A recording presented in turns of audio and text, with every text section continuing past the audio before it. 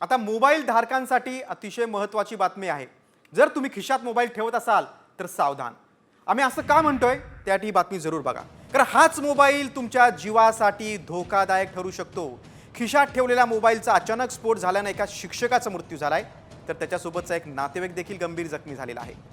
गोंदिया जिल्ह्यातील ही धक्कादायक घटना आहे। सुरेश संग्रामे असं या शिक्षकाचं नाव आहे, तर नथू गायकवाड असं गंभीर जखमी झालेल्या नातेवाईकाचं नाव आहे। आणि दोघेही एका कार्यक्रमासाठी अर्जुनी मोरगावकडे निघाले असतानाच ही दुर्घटना घडली।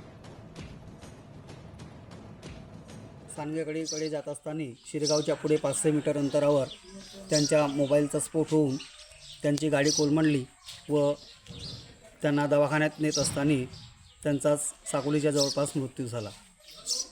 मोबाईलची बॅटरी फुटल्यामुळे त्यांच्या अंगाला अक्षरशः फोड आलेले आणि अंग जळलेलं आहे डाव्या बाजूनं। आणि सोबतचे मान्य नथुजी गायकवाड यांना समोर लक्स हॉस्पिटल भंडारा या ठिकाणी भरती करण्यात आलं। बघा, मोबाईल स्फोट टाळण्यासाठी तुम्ही काय काळजी घ्याल तर बॅटरीच्या क्षमतेपेक्षा जास्त वॅटचा चार्जर वापरू नका। रात्री झोपताना मोबाईल चार्जवर ठेवू नका। तसंच फोनच्या बॅक कव्हरच्या मागे पैसे किंवा कागद ठेवणं टाळा। मोबाईल 2-3 तास सतत वापरल्यानंतर त्याला ब्रेक द्या। चार्जिंग करताना मोबाईल वापरू नका।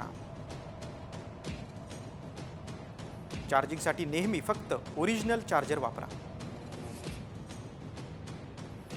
तुमचा मोबाईल इतर कोणत्याही फोनच्या चार्जरनं चार्ज करू नका। बॅटरी पूर्णपणे चार्ज किंवा डिस्चार्ज देखील होऊ देऊ नका।